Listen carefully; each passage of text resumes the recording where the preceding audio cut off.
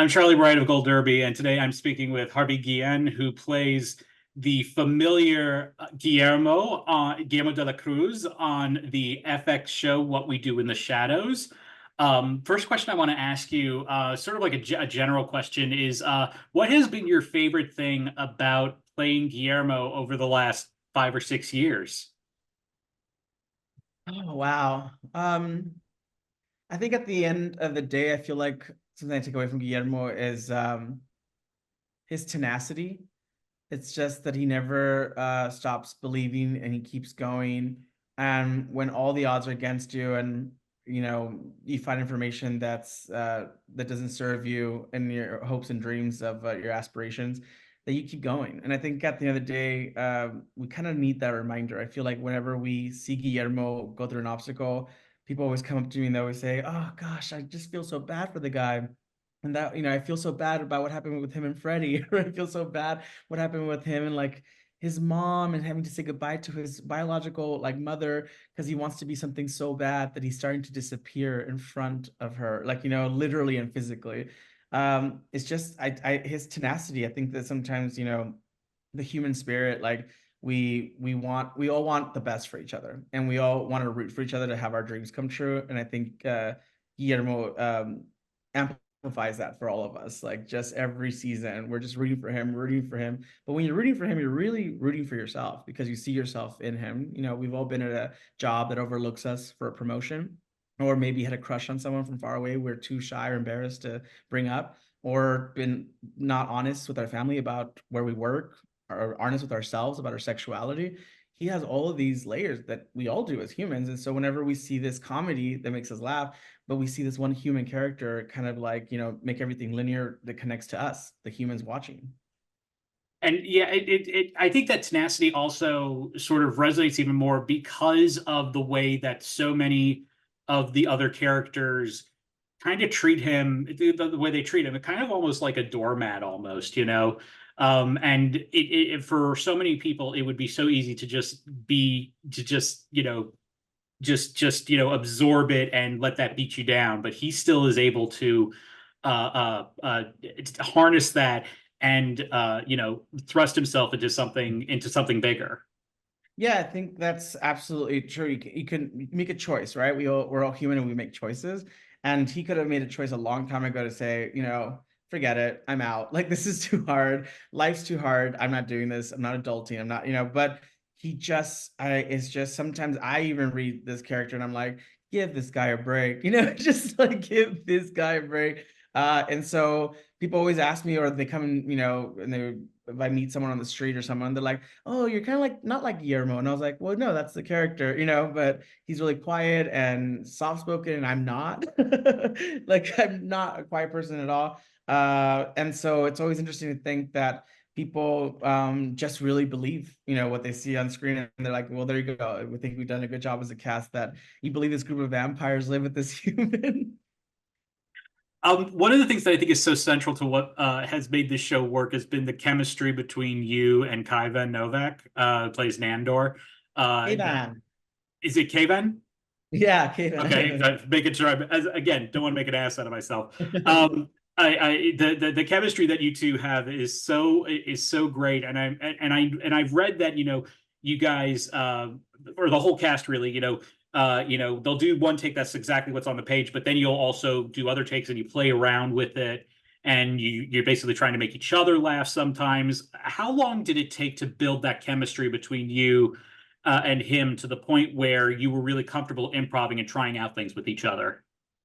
Well, when I auditioned for the show, I was supposed to have a chemistry with Kayvan, and it never happened. Because when I auditioned for the show, I was too young for the role. So Guillermo was 20 years older than I am, and I was too young for the role. So they were like, "You're like the wild card." And in Hollywood, that's, when you get listed as a wild card, you're like, "Oh, it's gonna be like if they don't see something, they don't see what they want, they might come back and revisit you," kind of thing. And I was just so hopeful, and like, I wanted to go and meet Allison Jones, who's the casting director for the pilot, and that's all I wanted to do. Even though I knew the character was older, I was like, as long as I go and I, meet Allison, that'll be fine, that'll be great. And the way I got the audition was I went to a friend's and cheese night. So it all came like together as this thing, but I never had a chemistry with Kayvan, and I was looking forward to it. I didn't meet Kayvan until the first day on set. And once he said the first words out of his mouth, I knew that we were gonna be friends. Like I just saw him and he was like, "Hey man," and then he just gave me this big hug, just like I just felt like this ease and like just like this pressure come off my back of just like, okay, he's cool, like it'll be cool, it'll be okay.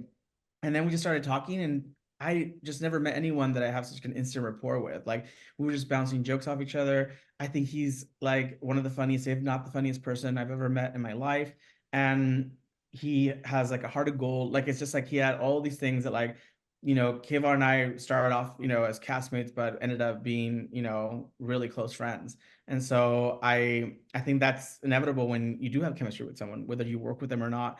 I was gonna be friends with this guy, like and so I just was lucky that like we were able to hit it off, and then we got each other's rhythm after the pilot, and I know when he's gonna say something, and I also know how to set up a joke for him because I know what his reaction will be to that, and he knows what my pause will be at the end. So we have worked; it's like a symphony, and he knows and what I'm playing in 4/4 or something, and like he knows if we're doing a crescendo or decrescendo, like he knows it because we're playing together, and it's so nice to have that in a partner and so rare. So that's why the chemistry between us is so nice, and I feel like it really kind of comes across on screen because you don't see it often. You don't see that often.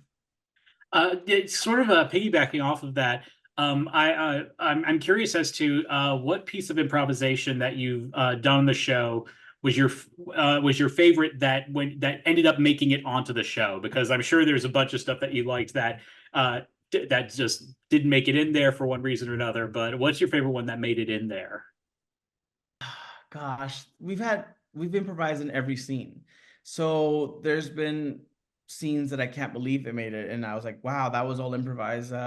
Um, I guess to go classic with the season one, I think I did an improvised version when Pika was there, and I think it was Laszlo saying, Gizmo is a so Gizmo, how are the dildos? And I was like, Gizmo, like testing out those like adult products, and I was just like, the unexpected that comes out of the improv was like, they're fine, like like the idea that like I improvised that like I went through with it, which was never in the script. That was the idea that I had to like agree to it. And I think I didn't even get that far with the improvise because like I think Jermaine or someone laughed and you could hear it and it made me laugh. So like I think after that scene, it kind of like we had to cut it, but it made it into the actual show. Just some of the stuff that comes out of our mouths, like whenever you're in character, like uh it's just it just that's what's so great about doing improvised scenes on the day of, because the stuff that comes out of your mouth is magic. Like it's organic, it was in the moment, and sometimes it works and sometimes it doesn't. But we're so lucky that we got to play on the show so much that a lot of my favorite scenes are now in a season of the show. So there's so many that, yeah, there's just too many. I'm actually very curious. Did you have any experience in improv prior to working on the show? Yeah, I had done improv before, and a big fan of like mockumentaries. Before that, my only had done a mockumentary style show before once, and that was Documentary Now. And I got to do that with Fred Armisen, and it was so nice because as long as you know where you're going from A to B, it's so nice to just bring a character and then just start talking like them, and then being in the moment and in the scene. It was really nice to do that, but I hadn't had much experience on set improvising. Most of the stuff I do is pretty to the book, which now that the show has come to an end is going to be a weird, transition to go back again to like the real world of like, I'm going to change. Can I change this line? Stick to the script. It's going to be the idea. But Try telling that to Aaron Sorkin. yeah, no, Mr. Sorkin, if you're watching, did not say that. It's just nice to have that freedom on set, and I've always improvised. Like I think I improvised my first major monologue that I did for an audition, and I was just like, oh no, we'll just have a monologue. And this was like in high school or something, and I improvised it and got like the role. So I'm a big fan of improvising. I think we improvise in life every day, like fake it till you make it kind of thing. Tell me about it. Uh, Yeah. one of the other things that that you've been doing a lot of over the past couple of years is you've been doing a lot of voice acting work. We were talking beforehand about playing Pepito in Puss in Boots: The Last Wish. But you've also done, you're also a recurring character on Human Resources. You're going to be Odie in the upcoming Garfield movie, which is awesome. I mean, like, what is it about voice acting that you most enjoy? Well, I've always loved voice acting. I've always tried to get into voice acting before, and I didn't really start doing any of it until the pandemic, which wasn't that long ago. So when you look at like what I've done, it's been a blessing because all of that work has been done in the last, like, 3, 4 years, um, which is a lot of work in those years, and I'm very fortunate. But it was hard to get into. I think you have to think about uh the way the formula works of like voiceover. Like, imagine someone who loves to perform but they don't want to be in front of a camera. Or imagine someone who's performing, they don't like to be in front of a live audience. So you can be on stage in a musical, you're not a singer, but you have this really interesting voice. There's all these things that come to like someone who wants to express their art, but don't want to do it the Hollywood way of like, television, film, and whatnot. I went the other route. I did like film, television first, theater, and then I've always wanted to do voice acting, but it's such a hard thing to get into because all those actors, who don't want to be in front of the camera are, I'll use my voice. And so it's a harder door to get into. And I was lucky enough that I got offered a part in a Disney show. And then after that, I was asked to audition for something. And then the auditions came in. And it helped obviously to be on a successful show like Shadows, where a lot of the casting directors like, I love that show. Yeah, why not? I'll take a here. Yeah, why don't you put yourself on tape, And you send them a voice recording like, whoa, okay. And then it's like, yeah, no, it's the same person. I've been here before, but it's like now you can hear it through different ears. And I love the way that you can create characters. I like when someone comes up to me like at a Comic-Con and they're like, wait a minute, you're Nightwing? And it's like, yeah, but you're Perrito. And I was like, right. And they're like, but those are completely different. I was like, acting.